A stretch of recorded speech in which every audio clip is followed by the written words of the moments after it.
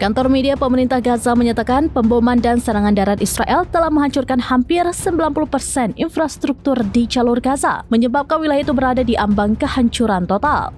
Diketahui lebih dari 80% wilayah Gaza kini disebut berada di bawah pendudukan Israel.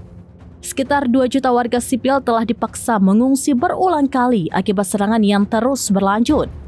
Melalui laporan tersebut, otoritas Gaza menuduh Israel melakukan kampanye kelaparan dan pembersihan etnis.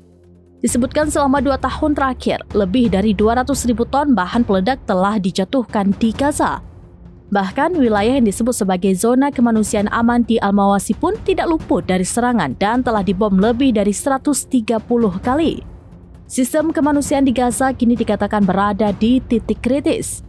Sementara itu, sekitar 650.000 anak kini menghadapi kelaparan parah di tengah kekurangan makanan, obat-obatan, dan susu formula.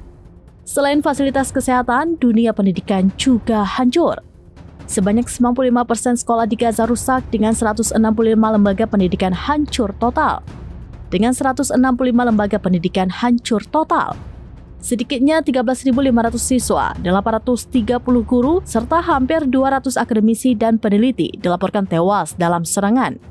Di satu sisi, tercatat 835 masjid hancur dan sejumlah gereja mengalami kerusakan parah. Bahkan puluhan kuburan juga dibulldozer atau dibom selama agresi berlangsung.